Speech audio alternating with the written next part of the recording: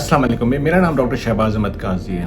आज का टॉपिक जो है वो ख़वातीन से मुताल्लिक है और बहुत ही एक इम्पॉर्टेंट टॉपिक है जो पाकिस्तान के अंदर अंडर डायग्नोज है, यानी इसकी डायग्नोसिस होती ही नहीं है, ख़ास तौर पे गायनेकोलॉजिस्ट सर्कल के अंदर। यानी वो गायनेकोलॉजिस्ट के पास ख़वातीन जिनकी उम्र तकरीबन 25 साल से लेकर 45 साल की एज होती है, ख़ास तौर पे वो शादीशुदा ख़वातीन जिनको उनके पेट में यानी नीचे वाले हिस्से के अंदर उनको पेन रहता है, और ख़ास तौर पे वो पेन जो उनकी सेक्स के दरमियान पेन हो रहा होता है, यानी उनके जो अज़वाजी ताल्लुक़ात हैं अपने हस्बैंड के साथ, उसके दौरान उनको शदीद किस्म का पेन महसूस होता है उनको। ये एक टिपिकल सिम्टम्स हैं इस तरह के ख़वातीन को। या वो पेन जो तकरीबन मोर देन 6 मंथ यानी 6 महीने तक वो कंटिन्यूस पेन हो रहा है। जब वो ख़वातीन लेटती हैं तो उनको आराम होता है, जब वो खड़ी होती हैं तो उनको पेन बढ़ जाता है। या उन ख़वातीन के नाजुक हिस्सों के अंदर यानी कि जो उनकी शर्मगाह होती है उसके चारों तरफ उनकी जो वेन के गुच्छे जो होते हैं उनके वो उनको गुच्छे महसूस हो रहे होते हैं, बड़े बड़े गुच्छे खून के नज़र आ रहे होते हैं। जो उसको दबाते हैं तो उसको वेन्स महसूस होती हैं। तो इस तमाम जो अलामात हैं इसको हम आम तौर पे एक डिज़ीज़ है जिसको हम कहते हैं pelvic congestion syndrome. Pelvic congestion syndrome में ख़वातीन जो उनको ये तमाम खुसूसी जो मैंने आपको बताई चीज़ें, ये अलामात महसूस होती हैं उसके अंदर। इसके अलावा कुछ ख़वातीन होती हैं जिनको पेन होता है चलने से, या उनको ख़ास तौर पे माहवारी से पहले और माहवारी के बाद उनको पेन की अलामत होती है, और हर वक्त उनको एक पेन की एक अजीब सी एक डिस्कम्फर्ट रहती है पेल्विस के अंदर। तो ये जो है टिपिकल अलामात हैं पेल्विक कंजेशन सिंड्रोम के। अब ये ख़वातीन जो होती हैं जब इस तरह की अलामात होती हैं तो ये अपने गायनेकोलॉजिस्ट के पास जाते हैं, और गायनेकोलॉजिस्ट जो होती हैं जब इनको एग्जामिन करते हैं तो आमतौर पे उनकी डायग्नोसिस जो होती है वो प्रॉपर नहीं होती है उसके अंदर, क्योंकि इसको जब तक आप किसी भी इमेजिंग यानी कि इमेजिंग जो होती है यानी जो रेडियोलॉजी है उसके ज़रिए आप जब तक इसको डायग्नोज नहीं करेंगे उस वक्त तक वो चीज़ें आपको कंफर्म नहीं होंगी कि आपका प्रॉब्लम क्या है। अब आम तौर पे गायनेकोलॉजिस्ट के पास ये जाते हैं तो वो एक रूटीन जो टेस्ट होती हैं उनको कराए जाते हैं, लैब टेस्ट हैं और डिफरेंट चीज़ें कराई जाती हैं, और पेशेंट्स को कुछ पेन मेडिकेशन पे उनको रख दिया जाता है। लेकिन पेशेंट की सिम्टम जो हैं वो इम्प्रूव नहीं होते हैं क्योंकि जो प्रॉपर मैनेजमेंट है उसकी नहीं हो पा रही होती है। अब उसके अंदर जो गायनेकोलॉजिस्ट होते हैं आम तौर पे वो उनको कुछ मुख्तलिफ किस्म के प्रोजेस्टेरोन हार्मोन्स वगैरह देती हैं जिससे उनके वो हार्मोनल बैलेंसेस जो हैं उसको मुकम्मल करने की कोशिश कर रहे होते हैं, या कुछ उनको पेन मेडिकेशन दे रहे होते हैं ताकि उनकी पेन के सिम्टम्स को इम्प्रूव कर सकें। लेकिन जब तक प्रॉपर डायग्नोसिस नहीं होगी और जब तक उसकी प्रॉपर ट्रीटमेंट नहीं होगी पेशेंट का पेन जो है वो कभी भी ख़त्म नहीं होगा। अब इसके लिए जो है मुख्तलिफ कुछ टेस्ट कराए जाते हैं, जिसके अंदर एक टेस्ट जो होता है उसके अंदर हम जो रूटीन में करते हैं अल्ट्रासाउंड पेल्विस कराते हैं, जिसमें हम यूट्रस के चारों तरफ वेसल्स को देखते हैं इसके अंदर। या इससे बेहतर अगर हमने कराना है चीज़ें तो उसके लिए हम ट्रांसवाजाइनल अल्ट्रासाउंड यानी कि जो शर्मगाह के ज़रिए जाके और एक अल्ट्रासाउंड होता है और उससे यूट्रस के चारों तरफ जो है वेन का गुच्छा देखा जाता है, ये होता है। इसके अलावा इससे बेहतर जो चीज़ें होती हैं उसके अंदर हम इमेजिंग के अंदर 2 टेस्ट करवाते हैं, जिसके अंदर एक हम कराते हैं सीटी स्कैन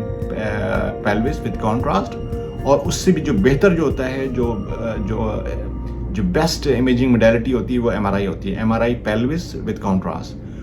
MRI पेल्विस को विद कॉन्ट्रास्ट कराने का मकसद ये होता है कि आपने ये देखना है कि आपका यूट्रस का स्ट्रक्चर जो है वो कैसा है, आपकी ओवरीज जो हैं कैसी हैं, और आपकी यूट्रस के चारों तरफ जो है वेन जो है कितने वेनस नेटवर्क फैला हुआ है, यानी कि वो वेन का गुच्छा जो है कितना फैला हुआ है। क्योंकि अगर वो गुच्छा बहुत ज़्यादा है अराउंड द वेन तो वो रीज़न जो है वो वही है आपकी जो ख़वातीन के अंदर पेन की शिकायत हो रही है, वजह वही है कि उनकी उस वेनस एंगॉजमेंट की वजह से, वेनस रिफ्लक्स की वजह से। नॉर्मली क्या होता है आपकी जो यूट्रस के जो चारों तरफ जो वेन नॉर्मली वेन जो होती हैं वो सारी की सारी ऊपर फ्लो उसका ऊपर जा रहा होता है through the ovarian. 2 ovarian veins होती हैं जो ओवरी की वेन्स के ज़रिए आपकी आपकी आपकी टुवर्ड द हार्ट जा रही होती हैं फ्लो। लेकिन बाज़ औक़ात मुख्तलिफ रीज़न्स होती हैं जिसके अंदर ख़वातीन का एज है, ख़वातीन की बहुत सारी मल्टीपल प्रेगनेंसीज़ होती हैं, ख़वातीन की ओबेसिटी जो है वो भी एक फैक्टर है। इसके अलावा वो ख़वातीन जिनकी जो बहुत ज़्यादा हार्मोनल कॉन्ट्रासेप्टिव पिल्स लेती हैं, ख़ास तौर पर प्रोजेस्टेरोन से लेती हैं या एस्ट्रोजन्स लेती हैं, उसमें क्या होती है, उसकी वजह से वेन जो होती है वो डायलेट हो जाती है और फिर दोबारा रीगेन नहीं करती, और जिसके नतीजे में वेन का गुच्छा जो है वो पेल्विस के अंदर बन जाता है। अब हम आपको एक MRI की पिक्चर दिखाएंगे जिसके अंदर जो है वो वेन का गुच्छा कैसे नज़र आता है।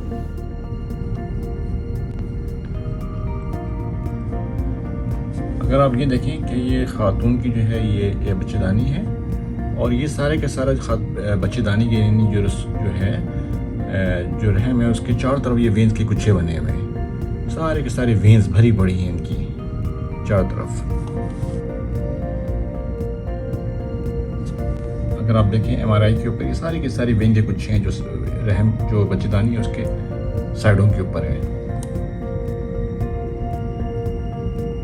सारी की सारी वेन के गुच्छे हैं। अब हम आपको दिखाएंगे कि ये जो है हमारा जो प्रोसीजर है जिसको हम ओवेरियन वेन एम्बोलाइजेशन कहते हैं, ये जो बग़ैर सर्जरी के, बग़ैर मेडिकेशन के, बग़ैर कोई ऑपरेशन किए हुए जो हम प्रोसीजर करते हैं, जिसमें हमने इस ओवेरियन वेन को बंद करना है। जब तक ये ओवेरियन वेन बंद नहीं होगी आपकी पेल्विस की वेन जो है वो श्रिंक नहीं होगी, वो गुच्छे जो हैं वो सिकुड़ेंगे नहीं। उसको हमने क्या करना है, उस वेन की ब्लड सप्लाई को बंद करना है ताकि वो तमाम जो पेल्विस के अंदर वेन्स हैं वो श्रिंक हो जाए। तो आप ये इस वीडियो को देखेंगे प्रोसीजर कैसे होगा। अब इसमें हमने खातून की जो है इस खातून की विनोग्राफी की है हमने, और ये खातून की जो ओवेरियन वेन है जो ओवरी से ब्लड सप्लाई लेके ऊपर जारी होती है, ये नॉर्मली जो है बहुत पतली सी स्ट्रीक वेसल होती है, पतली सी वेसल होती है। लेकिन अगर आप इसके डायमीटर को देखें, इसकी जो देखें तो बहुत बड़ी वेन है और इनलार्ज वेन है इसके अंदर। ये नॉर्मली एक एबनॉर्मल वेन है। जब हमने इनके पेल्विस की वेनोग्राफी की, तो पेल्विस की वेनोग्राफी में देखें आप कि जो वेन है ऑल द वे ऊपर से नीचे तक ह्यूज डायलेटेड वेन है, और सारा का सारा रिफ्लेक्स हो रहा है, कॉन्ट्रास्ट जो है सारा का सारा इनके पेल्विस की वेन्स में जा रहा है। अगर आप इसको देखें, ये देखें सारी की सारी कॉन्ट्रास्ट जो है ये सारी की सारी पेल्विस पे जा रही है, और पेल्विस के अंदर वेन का एक गुच्छा बना हुआ है यहाँ पे। अगले स्टेप में आप यहाँ पे देखें कि हम यहाँ कॉन्ट्रास्ट दे रहे हैं, तो कॉन्ट्रास्ट जो है वो सारा का सारा रिफ्लेक्स होके जा रहा है पेल्विस की वेन के अंदर। यानी कि नॉर्मली कॉन्ट्रास्ट को ऊपर जाना चाहिए लेकिन ऊपर नहीं जा रहा, बल्कि सारा का सारा जो कॉन्ट्रास्ट है वो वेन्स में जा रहा है, रिफ्लेक्स कर रहा है। स्टेप के ऊपर हमने क्या किया, हमने यहाँ पे इनकी स्क्लेरोथेरेपी कर दी, मेडिकेशन दी ताकि वो वेन के गुच्छे जो बंद हो जाएं, और फिर उसके बाद हमने इस कॉइलिंग करना शुरू किया दिया। हमने इस ओवेरियन वेन को बंद करना शुरू किया ताकि ये वेन जो है इससे सिकुड़े। उसके बाद अगर आप इसको देखें, जो भी इसके कोलैटरल चैनल हैं जहाँ से ये ड्रेन हो रही है, हमने उनकी वेनोग्राफी की और हम इस तमाम वेन्स को बंद करें। अब आप देखें तो हमने इसमें भी कॉइलिंग, इसकी पेरिफेरल वेन के अंदर भी हमने कॉइलिंग कर दी, इसको भी हमने बंद कर दिया है। कॉइल जो है हमने इसकी तमाम वेन को बंद कर दिया, यानी पूरा का पूरा जो ओवेरियन वेन एबनॉर्मल थी उसको हमने सब सारा का सारा कॉइलिंग से इसको हमने बंद कर दिया। फिर पेशेंट की हमने राइट ओवेरियन वेन को कैनुलेट किया, और आपका राइट वेन में देखेंगे एक वेन का गुच्छा राइट साइड से भी सारा का सारा जो है ये गुच्छे नज़र आ रहे हैं, और राइट की वेन जो है उसमें भी अच्छी खासी डायलेटेशन है इसके अंदर। फिर हमने राइट ओवेरियन वेन के अंदर भी कॉइलिंग करनी शुरू कर दी यहाँ तक, और देखें कि राइट साइड की भी हमने वही वेन की जो है ना ऑल द वे ऊपर तक कॉइलिंग कर दी। अब इससे क्या होगा, ये दोनों की दोनों वेन जो हैं सारी बंद हो जाएंगी, और जो जितना गुच्छे होंगे उसके पेल्विस के अंदर वेन्स के, वो सारे के सारे श्रिंक कर जाएंगे। आपने इसके प्रोसीजर को देखा, आपने MRI को देखा, प्रोसीजर को देखा, जो एक अवेयरनेस हम लेके आ रहे हैं IRCC पाकिस्तान कि पेल्विक कंजेशन सिंड्रोम हमारे माशरे के अंदर एक बहुत बड़ा एलिमेंट है, और ये अंडर डायग्नोज्ड है। अंडर डायग्नोज का मतलब ये डायग्नोसिस नहीं हो पाती क्योंकि उसकी प्रॉपर इन्वेस्टिगेशन नहीं हो पाती, उसकी प्रॉपर डायग्नोसिस नहीं हो रही क्योंकि आप उसको एक जो स्टैंडर्ड इन्वेस्टिगेशन है वो नहीं करा रहे, और जब तक आप इन्वेस्टिगेशन नहीं कराएंगे आपकी डायग्नोसिस जो है प्रॉपर नहीं होगा। जब तक डायग्नोसिस प्रॉपर नहीं होगी आपकी फर्दर मैनेजमेंट जो है नहीं होगी। और फर्दर मैनेजमेंट क्या होगी कि आपने वो एक प्रोसेस कर पे जाना है आपने, यानी आपने अगर आपकी वेन्स बड़ी हैं तो उस वेन्स को बंद करना ज़रूरी है। अगर वो बंद नहीं करेंगे और आपके सिम्टम्स हैं तो आपके सिम्टम्स कभी भी इम्प्रूव नहीं करेंगे।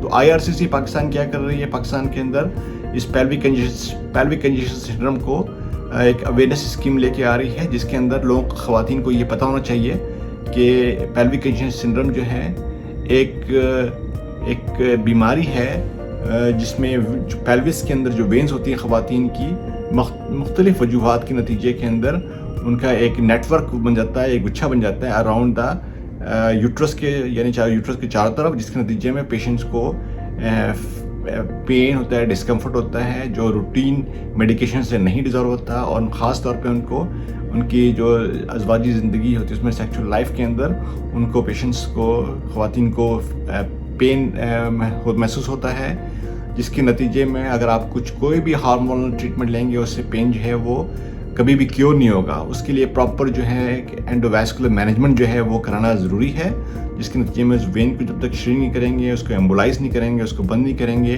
वो तमाम वेन नहीं सिकुड़ेंगी।